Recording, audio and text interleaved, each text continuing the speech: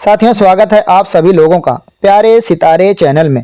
साथियों, आज की इस वीडियो में हम जानेंगे कि निपुण भारत मिशन के अंतर्गत चलाए जा रहे 25 सप्ताह के कार्यक्रम में कक्षा 3 के गणित विषय के अंतर्गत प्रत्येक सप्ताह हमें क्या करना है और कैसे करना है। तो चलिए शुरू करते हैं आज की इस वीडियो को और जान लेते हैं ये सब कुछ। साथियों, इस बार के 25 सप्ताह के कार्यक्रम में हमें कुल 14 दक्षताओं पर काम करना है। इस बार हमें सावधिक आकलन नहीं बल्कि सावधिक पुनरावृत्ति पर काम करना है। आकलन का काम नेट एग्जाम द्वारा होगा, जो कि वर्ष में 2 से 3 बार प्रस्तावित है। यह सावधिक पुनरावृत्ति हमें 13वें और 20वें सप्ताह में करने हैं। इसमें 13वें सप्ताह में 7 से 12 सप्ताह तक के और 20वें सप्ताह में हमें 14 से 19 सप्ताह तक के शिक्षण उद्देश्यों की हमें स्वयं से शिक्षण योजना बनाकर पुनरावृत्ति करानी है। इसके शुरुआत के 6 सप्ताह में हमें कक्षा 2 की दक्षताओं का दोहराव करना है और इसके लिए कुल 18 शिक्षण उद्देश्य दिए गए हैं। इसके बाद 7 से 25 सप्ताह तक हमें कक्षा 3 की दक्षताओं पर काम करना है। इसके साप्ताहिक शिक्षण चक्र में अनुदेशात्मक कार्य, समेकन, आकलन और रेमेडियल काम को शामिल किया गया है। कक्षा 3 की गणित के लिए निर्धारित दक्षताओं की सफलतम प्राप्ति के लिए हमें आधारशिला क्रियान्वयन संदर्शिका, कार्यपुस्तिका, गणित किट, पोस्टर, गणित बोर्ड आदि उपलब्ध कराए गए हैं। हमें प्रत्येक सप्ताह साप्ताहिक आकलन करना है, जो कि 5वें दिन होने वाले आकलन से संबंधित है। आकलन के कार्यपत्रक बच्चों की कार्यपुस्तिका में मैंने सीख लिया नाम से दिए गए हैं। इन पर काम कर लेने के उपरांत हमें साप्ताहिक आकलन ट्रैकर भरने हैं। ये ट्रैकर्स शिक्षक संदर्शिका में दिए गए हैं। साथियों, प्रत्येक सप्ताह हमें शिक्षण योजनाओं, अभ्यास गतिविधियों, कार्यपत्रकों, खोजे और जाने गतिविधि, समेकन शिक्षण योजना और रेमेडियल शिक्षण योजना पर काम करना है। इसके लिए प्रतिदिन 3 कालांश निर्धारित किए गए हैं और प्रत्येक कालांश 40 मिनट का है। 25 सप्ताह वाले इस कार्यक्रम में प्रत्येक सप्ताह को 3 खंडों में विभाजित किया गया है। सप्ताह का जो पहला 4 दिन है उसमें हमें अनुदेशात्मक काम करना है, जिसके लिए हमें 3 शिक्षण योजनाएं, 3 अभ्यास गतिविधियां और 3 कार्यपत्रक उपलब्ध कराए गए हैं। सप्ताह के पहले 3 दिन हमें इसी के अनुसार अपनी कक्षाओं का संचालन करना है। सप्ताह के चौथे दिन हमें स्वयं द्वारा तैयार की गई खोजें और जाने गतिविधि पर काम करना है।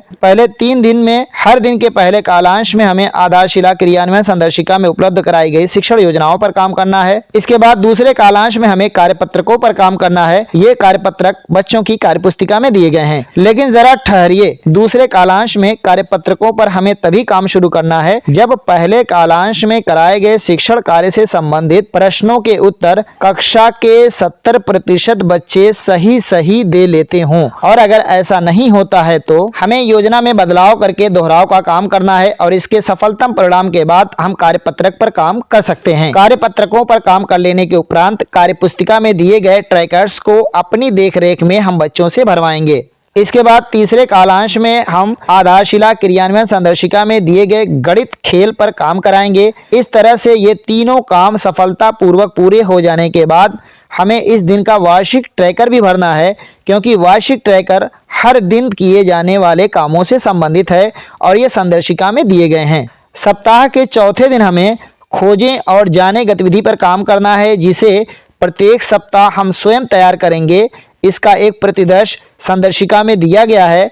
खोजें और जाने पिछले 3 दिन कराए गए शिक्षण उद्देश्यों पर आधारित होगा। सप्ताह के 5वें दिन हमें समेकन और आकलन से संबंधित काम करने हैं। समेकन से संबंधित गतिविधि हमें पहले कालांश में करानी है। प्रत्येक सप्ताह के लिए समेकन शिक्षण योजना हमें स्वयं तैयार करना है, जो कि उस सप्ताह के 3 शिक्षण उद्देश्यों पर आधारित होगी। समेकन शिक्षण योजना का भी एक प्रतिदर्श संदर्शिका में दिया गया है।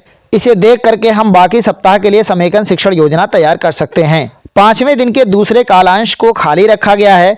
इसका उपयोग हम समेकन और आकलन की गतिविधि के लिए ही संयुक्त रूप से कर सकते हैं। इसके बाद 5वें दिन के तीसरे कालांश में हमें साप्ताहिक आकलन का काम करना है। साप्ताहिक आकलन के लिए मैंने सीख लिया नाम का कार्यपत्रक बच्चों की कार्यपुस्तिका में दिया गया है। जो बच्चे दिए गए प्रश्नों के 50% से कम भाग के सही उत्तर दे पाते हैं, उनके नाम के आगे ग्रेड ए अंकित करेंगे और जो बच्चे दिए गए प्रश्नों के 50% से अधिक प्रश्नों के उत्तर सही दे लेते हैं, उनके नाम के सामने ग्रेड बी अंकित करेंगे साप्ताहिक आकलन ट्रैकर में। इसके अलावा हम स्वयं भी संदर्शिका में दिए गए अपने वार्षिक ट्रैकर को भरेंगे। 5वें दिन ही हमें चौथे दिन कराए गए खोजें और जाने का फॉलो अप भी करना है। 6ठे दिन के पहले कालांश में हमें समूह ए के बच्चों के साथ स्वयं द्वारा तैयार की गई रेमेडियल शिक्षण योजना पर काम करना है। रेमेडियल शिक्षण योजना का भी एक प्रतिदर्श संदर्शिका में दिया गया है। इसे देख करके हम बाकी सप्ताह के लिए रेमेडियल शिक्षण योजना तैयार कर सकते हैं। 6ठे दिन के दूसरे कालांश को खाली रखा गया है, जिसका उपयोग हम अपनी आवश्यकता अनुसार कर सकते हैं। 6ठे दिन के तीसरे कालांश में हमें समूह ए तथा समूह बी के बच्चों के साथ संयुक्त रूप से यानी पूरी कक्षा के बच्चों के साथ साप्ताहिक पुनरावृत्ति पर काम करेंगे। साप्ताहिक पुनरावृत्ति से संबंधित कार्यपत्रक बच्चों की कार्यपुस्तिका में दिए गए हैं। इन पर सफलतापूर्वक काम करा लेने के उपरांत बच्चों के कामों की जांच करेंगे और अपनी देखरेख में बच्चों की कार्यपुस्तिका में दिए गए साप्ताहिक पुनरावृत्ति वाले ट्रैकर को हम उनसे भरवाएंगे। 6ठे दिन के अंत में बच्चों को गृह कार्य से संबंधित निर्देश देंगे।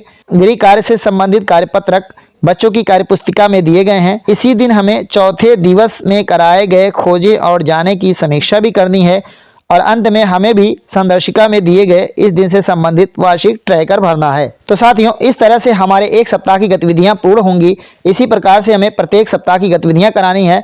आवश्यकता अनुसार हम गतिविधियों में बदलाव भी कर सकते हैं।